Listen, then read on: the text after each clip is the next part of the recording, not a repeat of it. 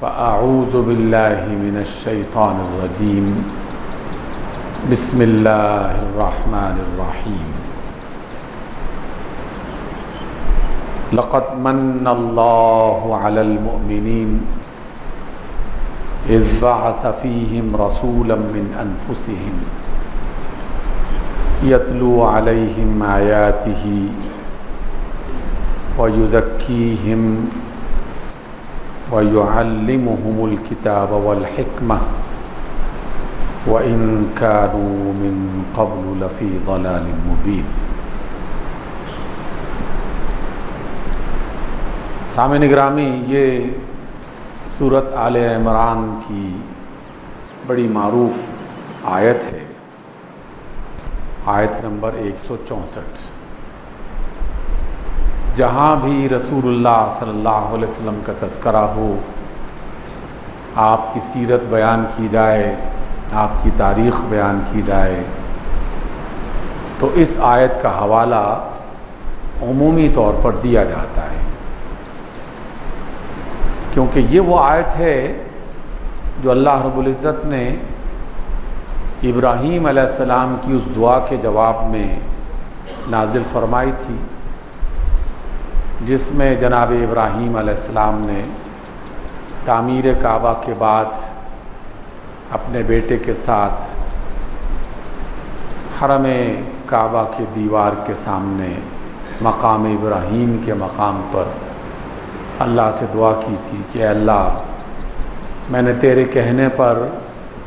تیرے گھر کی تعمیر کر دی ہے، لیکن اب اس گھر کو اور اس بستی کو آباد تو نے کرنا ہے۔ ان دعاؤں میں ایک دعا یہ بھی تھی کہ اے اللہ، اس بستی کو آباد کر، اس کے رہنے والوں کو پھلوں کا رزق دے، اور سب سے اہم اور سب سے بڑی دعا ان کی یہ تھی کہ اے اللہ، اس بستی کے رہنے والوں میں سے ایک ایسا نبی ان کے پاس بھیج جو انہیں تیری آیات پڑھ کے سنائے اور تیری کتاب و حکمت کی تعلیم دے، اور ان کے کردار کو بہتر بنائے، ان کا تزکیہ کرے۔ تو اس کے جواب میں اللہ رب العزت نے جناب ابراہیم علیہ السلام کے کلمات کو ہی باقاعدہ آیت کا حصہ بنا دیا اور فرمایا کہ ہم نے مومنین پر ایک بڑا احسان کیا ہے کہ انہی میں سے ایک رسول کو بھیجا ہے، اور وہ رسول ان کے سامنے اللہ کی آیات پڑھ کے سناتا ہے، ان کے کردار کو بہتر کرتا ہے، انہیں قرآن مجید کی تعلیم دیتا ہے، اور انہیں دانائی اور حکمت سکھاتا ہے۔ سامعین گرامی، گویا کہ ابراہیم علیہ السلام کی دعا قبول ہوئی، لیکن ایسا نہیں تھا کہ ادھر جناب ابراہیم اور ان کے بیٹے نے ہاتھ اٹھائے ہوں اور ادھر دعا کا نتیجہ سامنے آ گیا۔ ہزاروں برس درمیان میں ایسے گزر گئے، کئی قومیں قبیلے دنیا میں آئے، ترقی کی، پھر لقمہ اجل بن گئے، ان کا نام و نشان مٹ گیا۔ کئی انبیاء دنیا میں تشریف لائے، اللہ کی طرف سے بھیجے گئے۔ معروف ترین انبیاء جن کا تذکرہ اب ہم سنتے رہتے ہیں اور سبھی کو پتہ ہے، وہ سب دعا ابراہیم علیہ السلام کے بعد اس دنیا میں تشریف لاتے رہے، لیکن ان کے اختتام پر جب اللہ تعالیٰ نے یہ فیصلہ کر دیا کہ اب سلسلہ رسالت اور نبوت ختم کیا جا رہا ہے، تو محمد رسول اللہ صلی اللہ علیہ وسلم کو بھیجنے کا اللہ کی طرف سے فیصلہ ہوا۔ اس بات کو اچھی طرح سمجھنے کے لیے دو نقطے پہلے سمجھ لینے چاہیے۔ پہلا نقطہ یہ ہے کہ یہ کائنات اللہ کی ہے، وہ اس کا بادشاہ ہے، وہ اس کا خالق اور کریٹر ہے، وہ اس کو چلا رہا ہے، جب تک اس کی مرضی ہوگی یہ زمین اور اس کے آس پاس کی دنیایں اور کائناتیں برقرار رہیں گی، جب اس کا فیصلہ ہوگا تو ساری جو دنیا کے آس پاس کے نظام ہیں ان سب کو لپیٹ دیا جائے گا۔ یہ فیصلہ اسی کا ہے۔ تو پہلا نقطہ یہ جان لیجئے اور اسے ایمان کا حصہ بنا لیجئے کہ اصل فیصلے تو اللہ ہی کی طرف سے ہوتے ہیں۔ زمین کب بنے گی، کب تک قائم رہے گی، کسے نبی بنایا جائے گا، کب تک رسالت کام کرے گی، کون سی قومیں قبیلے دنیا میں آباد ہوں گے، کون سی بستیاں شہر جو ہے وہ بسائی جائیں گی، یہ سب اللہ تعالیٰ کی تقدیر میں، بنائی ہوئی تقدیر میں لکھے جا چکے ہیں۔ دوسرا یہ کہ جب وہ فیصلے کرنے میں مختار کل ہے، اکیلا فیصلہ کرتا ہے، تو اس کی بنیاد پر ہمیں بار بار یہ سمجھایا گیا کہ میری اس بات کو کوئی غلط معنی پہنانے کی کوشش مت کرنا کہ اچھا جب سبھی کچھ اللہ ہی نے کرنا ہے تو پھر ہمیں پریشان ہونے کی ضرورت کیا ہے۔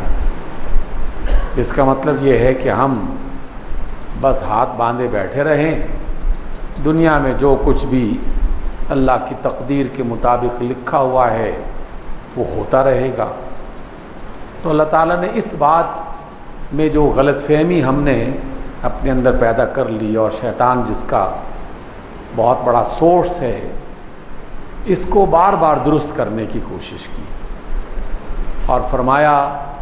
کہ اگرچہ ہم ہی بادشاہ ہیں، ہم ہی سلطان ہیں، ہم ہی فیصلہ کرتے ہیں، لیکن تم انسانوں کو ہم نے نباتات اور جمادات اور حیوانات سے الگ انداز میں پیدا کیا ہے۔ تمہارا پیدا کیا جانا بھی ایک میرا معجزہ، میرا خاص فیصلہ، میری قدرت کا نمونہ، اور اللہ تعالیٰ کی حکمتوں کے نشانات اس میں پائے جاتے ہیں۔ اور ہم انسانوں کو اس زمین پر جینے کے لیے، زندہ رہنے کے لیے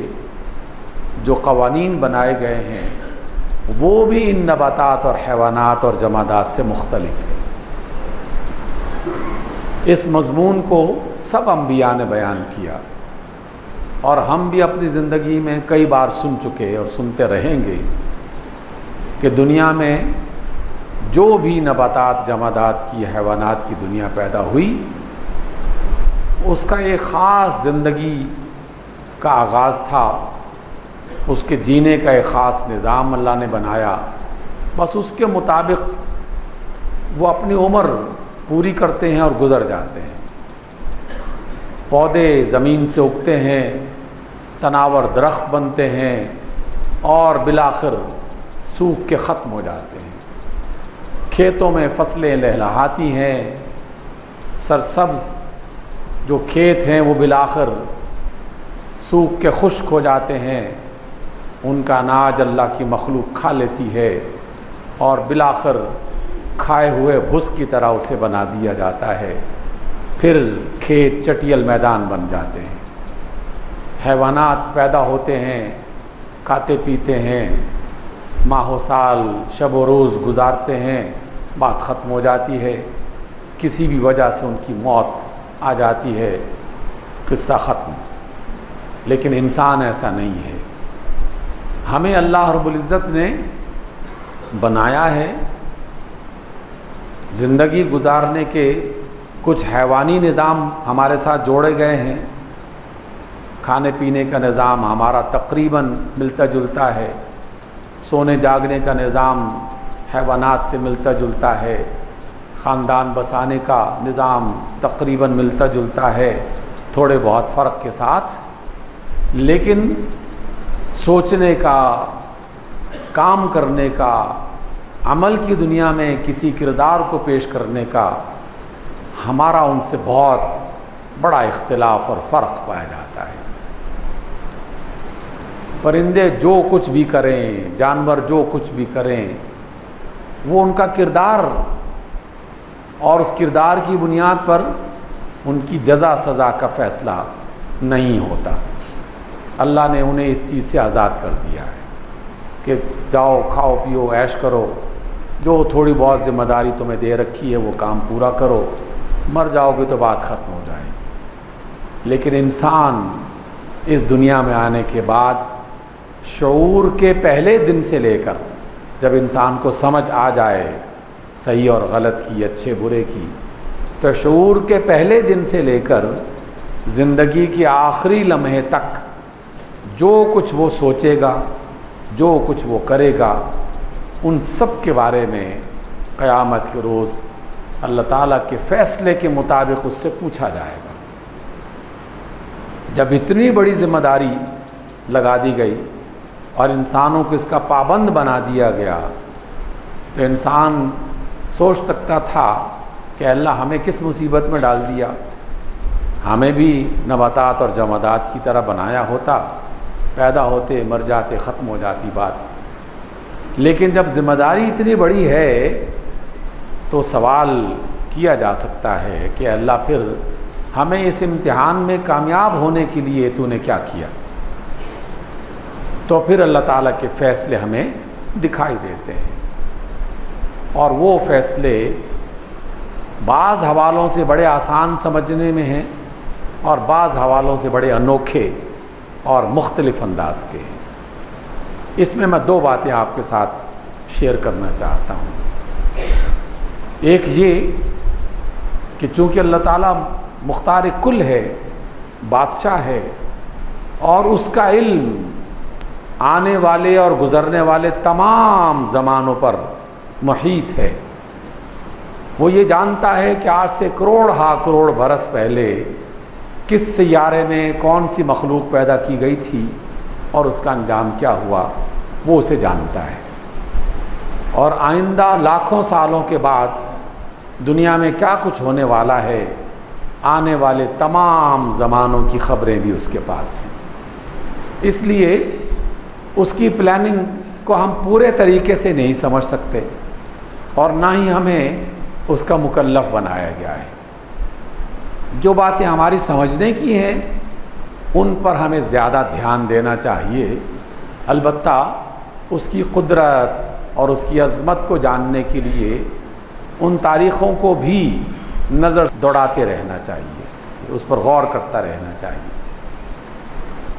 اس لیے اللہ تعالیٰ نے ہمیں ایک پیغام دیا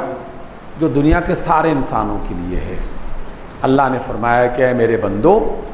میری زمین پر چلتے پھرتے رہو، دیکھتے رہو، تاریخوں کا حوالہ جو ہے وہ اس کو پڑھو، تاریخ کی اوراق پڑھو، دنیا میں کون کون سی تہذیبیں کس طرح وجود میں آئیں، کس طرح ان کی بربادی ہوئی، یہ بھی پڑھتے رہو۔ تو ان تمام چیزوں کا مطالعہ کرنا ہمیں اس کی ذمہ داری دے دی گئی، اور ہمیں کہا کہ تم یہ پڑھو گے تو پھر میری قدرت کا، میرے فیصلوں کا، میری حکمت کا تمہیں پتہ چلے گا۔ جب پتہ چلے گا تو زندگی گزارنا آسان ہو جائے گی، کچھ معاملات میں جو تم الجھے رہتے ہو وہ آسان ہو جائیں گے، اس کی الجھن ختم ہو جائے گی، اور کچھ معاملات جس کو تم نے یکسر نظر انداز کر رکھا ہے، بھلا دیا ہے، وہ تمہیں سمجھ میں آنا شروع ہو جائیں گے۔ سامعین گرامی، روز اول سے جب سے انسان کچھ ہوش و حواس میں آگے بڑھا ہے، ان دونوں چیزوں میں مصروف ہے۔ دنیا میں آج بھی ایک طبقہ یا افراد کی ایک تعداد ایسی موجود ہے جو اس فکر میں رہتی ہے کہ اللہ کو کس نے پیدا کیا، اللہ ہے بھی کہ نہیں ہے، قیامت یہ محض افسانہ ہے، یہ حقیقت ہے، فرشتوں کی دنیا کو ہم نہیں مانتے، تقدیر کیا چیز ہوتی ہے، اگر سب کچھ اللہ ہی نے کرنا ہے تو ہمیں پریشان ہونے کی ضرورت کیا ہے۔ وہ ان مسائل میں الجھی رہتی ہے، اور اکثر نوجوان اور پڑھے لکھے افراد ہمارے پاس بھی آتے ہیں اور اس طرح کے سوالات اٹھائے جاتے رہتے ہیں، اور یہ کوئی آج کے نہیں ہیں، قدیم زمانے سے چل رہے ہیں۔ ان تمام سوالات کا ایک جواب جناب عباس علیہ السلام نے، رسول اللہ کے چچا تھے اور اسلام کا فہم ایک خاص انداز میں رکھتے تھے، اور ان کے ساتھ سیدنا علی ابن ابی طالب ایک خاص علم اور حکمت اور دانائی انہیں عطا کر رکھی تھی۔ ان دونوں کے فرامین رسول اللہ صلی اللہ علیہ وسلم کی تعلیم کی روشنی میں یہ ہے کہ لوگوں اللہ کی ذات کے بارے میں غور مت کیا کرو، کیونکہ وہ تمہاری عقل سے ماورا ہے، تمہاری سمجھ سے بالاتر ہے۔ ابھی تم اس مقام پر پہنچے نہیں ہو جہاں اس کی حقیقت کو صحیح طریقے سے جان سکو۔ ہاں، جو اللہ تعالیٰ کی صفات ہیں، جو اللہ تعالیٰ کے احکام ہیں، جو اللہ کی تعلیمات ہیں، جو اس کے نبیوں نے ہمیں زندگی گزارنے کے لیے بتائی ہیں، ان کے بارے میں ضرور پوچھتے بھی رہو، سوچتے بھی رہو، ان پر عمل بھی کرتے رہو۔ گویا کہ دو چیزوں کو بالکل واضح کر دیا گیا کہ اللہ کی ذات، قیامت کے بعد کیا ہوگا، جنت میں کس کس طرح کے پھل ہوں گے، حوروں کے جسم کس طرح کے تھے، کس نے کس طرح کی شادیاں کرنی ہیں، بیکار قسم کے سوالات ہیں۔ ان سے اللہ اور اس کے رسول نے ہمیں بالکل آزاد کر رکھا ہے، اور کہا کہ جب وہ وقت آئے گا تو پھر اپنی آنکھوں سے دیکھ لو گے، فی الحال میرے رسول کی کہنے کی بات کو مان لو، اور یہ جان لو کہ جو رسول تمہیں بتا رہے ہیں یہ بالکل حقیقت پر مبنی ہے، یہ سچ ہے۔ اور رسول صرف جبریل امین کی وحی کی بنیاد پر نہیں بتا رہے، ہم نے اپنے آخری رسول کو باقاعدہ جنت میں لے جا کر پوری جنت دکھا دی ہے انہیں، وہاں کے منظر، وہاں کی نعمتوں سے جو ہے وہ روشناس کروا دیا ہے، وہ اپنی آنکھوں سے دیکھ چکے ہیں، اور ساری کائنات ان کے سفر میں ہم نے آشکار کر دی تھی، کھول کے رکھ دیا تھا۔ تو یہ نبی صرف سنی سنائی بات نہیں بتا رہے، یہ دیکھی ہوئی، پرکھی ہوئی، باقاعدہ جانی ہوئی بات آپ تک پہنچا رہے ہیں۔ تو فی الحال یہ جان لو کہ جو رسول کہہ رہے ہیں وہ بالکل سچ ہے، اور جو اللہ کی کتاب کہہ رہی ہے یہ بالکل سچ ہے۔ ہاں، جن سوالات کے بارے میں جاننا چاہیے وہ ضرور اٹھاتے رہو کہ میں دنیا میں زندگی کیسے گزاروں، مال کس طرح کماؤں، مال کس طرح خرچ کروں، رشتے ناتے کیسے بنتے ہیں، ان کے ساتھ برتاؤ کیسے کروں، اپنے گھروں کو آباد کیسے کروں، اپنے ملکوں کے نظام کیسا بناؤں، اور ان ملکوں میں اور جن نظاموں میں خرابیاں پیدا ہو جائیں ان خرابیوں کا علاج کیسے کروں۔ یہ ہمارے سوالات ہونے چاہیے، یہ ہماری سوچ کا دائرہ ہونا چاہیے، اس کے بارے میں ہمیں فکر مند ہونا چاہیے، اس لیے کہ ہمارے پیپر میں یہی سوال آئیں گے، اور ان سوالات کی روشنی میں ہمارا کامیابی اور ناکامی کا فیصلہ کیا جائے گا۔ سامعین گرامی، میرا شعبہ جو ہے وہ تعلیم ہے، اور ایک طویل عمر اس میدان میں گزر چکی ہے، اور اگر میں یہ کہوں کہ 20 امتحانات دیے اور ہزاروں امتحانات لیے، جب امتحان دیے تھے تب بھی، اور جب تک لیتا رہا ہوں اور لے رہا ہوں تب بھی، ایک بنیادی اصول سب کی سمجھ میں آ سکتا ہے، اور ہم سب اس سے گزرتے رہتے ہیں کہ اگر پیپر میں آنے والا سوال بتا دیا جائے، پھر اس کا جواب بھی سمجھا دیا جائے، اور پھر اس کے لیے مہلت بھی اچھی خاصی دے دی جائے، تو وہ طالب علم یقیناً نکما طالب علم ہوگا کہ جس کو سوال کا بھی پتہ ہے، جواب کا بھی پتہ ہے، مہلت بھی اسے مکمل ملی تھی، لیکن نہ وہ کسی سوال کا جواب جانتا ہے، نہ جو وہ جواب دینے کی صحیح کوشش کر رہا ہے۔ آج میں اس مختصر ترین مجلس میں آپ کے سامنے وہ آخری امتحان جس سے ہم میں سے ہر فرد کو گزرنا ہے، اور ہمارے مالک نے، ہمارے مولا نے، ہمارے رب نے وہ سوال اپنے نبیوں کے ذریعے سے ہمیں بتا دیے تھے، پھر جواب بھی سمجھا دیے، پھر مہلت بھی دے دی۔ لیکن مجھے آج بھی ایسا محسوس ہو رہا ہے کہ یا تو وہ سوال مجھے سمجھ میں نہیں آئے، یا اگر سمجھ میں آئے ہیں تو جواب صحیح طور پر تلاش نہیں ہو رہے، اور ہم ابھی تک اس کے غلط جواب لے کر اپنی زندگی کے ماہ و سال گزار رہے ہیں۔ سامعین گرامی، ایک ہلکا سا نقطہ اشارہ کر کے میں ان سوالوں اور جوابوں کی طرف آنا چاہتا ہوں۔ دنیا میں ہم سوال پڑھ لیا، اس کا جواب پڑھ لیا، ذہین آدمی نے رٹ کے اسے یاد کر لیا تو بڑے دھڑلے سے کہتا ہے کہ جناب یہ سوال بھی میں نے یاد کر لیا ہے، اس کا جواب بھی یاد کر لیا ہے، پیپر میں جاؤں گا میرے حافظے میں موجود ہے، بس جا کے جواب لکھ دوں گا۔ ہماری زندگی کے سوال و جواب میں اللہ تعالیٰ نے ایک تھوڑا سا مختلف انداز اپنایا ہوا ہے۔ یہ کوئی لکھی ہوئی عبارت اور رٹے ہوئے جواب پر مبنی نہیں ہے۔ عبارت تو اللہ تعالیٰ نے رسولوں کے ذریعے سے بتا دی، چھوٹے چھوٹے سوال ہیں، لیکن اس کا جواب اس آدمی کو آئے گا جس نے اپنی پوری زندگی اس جواب کے مطابق گزاری ہوگی، جس نے اپنے عمل کے ذریعے سے ثابت کیا ہوگا کہ ہاں مجھے اس کا جواب آتا ہے، جس نے اپنی زندگی اس کے جواب کے مطابق گزاری، تو قبر میں جا کر جب اس سے اللہ کے فرشتے سوال کریں گے تو وہ فٹ سے جواب دے دے گا۔ لیکن جس نے صرف حافظوں کی طرح جواب رٹا ہوا تھا اور اس نے زندگی اس کے مطابق نہیں گزاری تھی، تو فرشتے کو دیکھتے ہی جواب اس کی نظر سے اوجھل ہو جائے گا، ذہن سے نکل جائے گا، اور وہ آئیں بائیں شائع کرتا پریشان ہو جائے گا کہ میں اس کا کیا جواب دوں۔ سوال بھی آسان ہیں، جواب تھوڑے سے مشکل ہیں۔ سوال سب آپ کو پتہ ہے، سینکڑوں بار آپ نے علماء سے اور ہم نے استادوں سے سنے ہوئے ہیں۔ قبر میں سب سے پہلا سوال یہ کیا جائے گا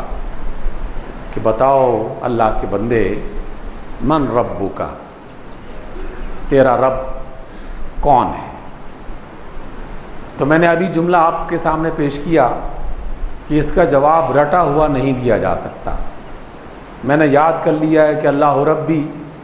عربی میں بھی یاد کر لیا، اردو میں بھی یاد کر لیا، پنجابی میں بھی یاد کر لیا، اپنی تمام زبانوں میں یاد کر لیا، لیکن میری زندگی اگر اس کے برخلاف گزرتی رہی تو مجھے اس کا یہ جواب نہیں آئے گا قبر میں کہ اللہ ربی، کیونکہ میری زندگی اس کے برعکس گزری ہے۔ رب کہتے ہیں پالنے والے کو، رب کہتے ہیں ضرورتیں پوری کرنے والے کو، رب کہتے ہیں جس کی محبت پر بھروسہ کرتے ہوئے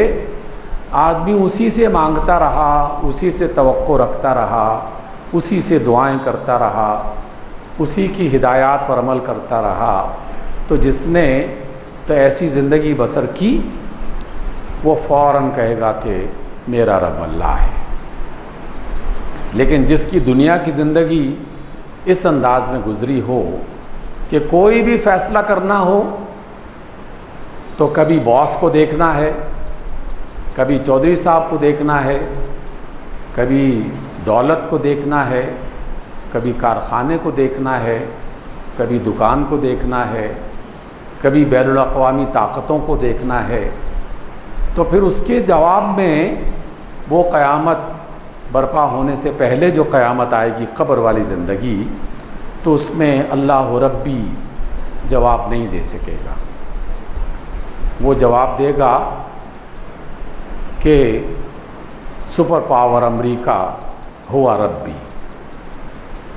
مالی ربی، میرا مال میرا رب تھا،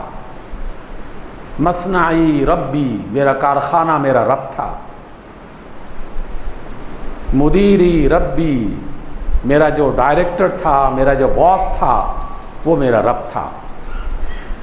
دنیا میں جس قوت اور سہارے کے مطابق وہ اپنی زندگی گزارتا رہا، اور اپنے صحیح اور غلط فیصلے اس کو دیکھ کر کرتا رہا تو قیامت برپا ہونے سے پہلے قبر کی زندگی میں اسی کا وہی رب ہوگا۔ تو اپنے جواب تلاش کرنا شروع کر دیں۔ کیا ہم نے یہود کی طرح